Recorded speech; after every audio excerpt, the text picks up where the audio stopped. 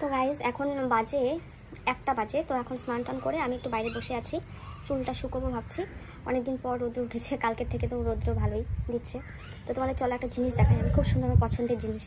কি সুন্দর লাগছে না এটা দেখতে?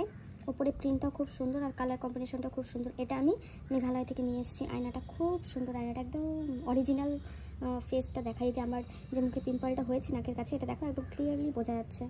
তো গাইজ আজকে তো ছুটি ছিল, তো ভাবলাম স্পেশাল কিছু বানিয়েছিলাম মটন কষা একদম কম মশলাপাতি দিয়ে, আর ছিল মাছ ভাজা, আর ছিল ঝুরঝুরে বাসন্তী পোলাও। বাসন্তী পোলাও 50% জল আর 50% চাল দিলে কিন্তু খুব ভালো ঝুরঝুরে হয়। তো গাইজ এখন আমরা একখানে যাবো, এই যে আমাদের ব্যাগ হয়ে গেছে, মানে ব্যাগটাই আমাদের বড় কিন্তু ব্যাগে অত জিনিসপত্র নেই। তো চলো যাওয়া যাক। আর এটা হচ্ছে আজকের আমার আউটফিট, আমি পান খেয়েছি আজকে, আর কুর্তিটা পরেছি। কি যখনই কোথাও বাইরে বেরোবো সব কিছু দায়িত্ব আমার। দরজাটা তালা লাগাও, দরজা জানলা সব কিছু বন্ধ করো, সব। কি আমি তো তালা লাগাই দিলাম, আবার এখন খুলবো নাকি? হেলমেটটা ধরো, দরজা খোলার জন্য আজকে ধরতে পারে না।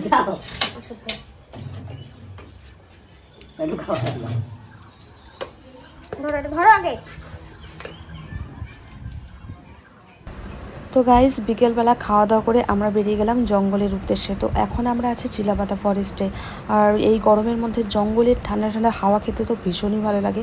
আর এখন আমরা পৌঁছে যাব কোদালবস্তি গ্রামে, আর এই গ্রামটি আছে চিলাপাতা থেকে হাসিমারা যাওয়ার মাঝখানে।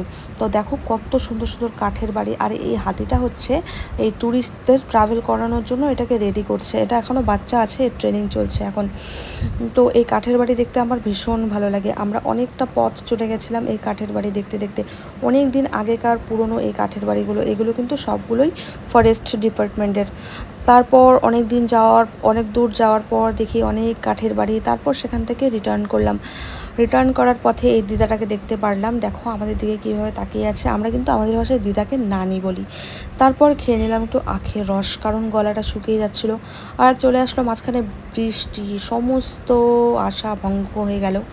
দাঁড়িয়েছিলাম একটা দোকানের নিচে, অনেকক্ষণ দাঁড়িয়ে থাকার পর এই দেখো মুরগিটা আসছে আমাদের বাইকের নিচে আশ্রয় নেওয়ার জন্য। সবাই নিজের জীবন বাঁচাতে চায়।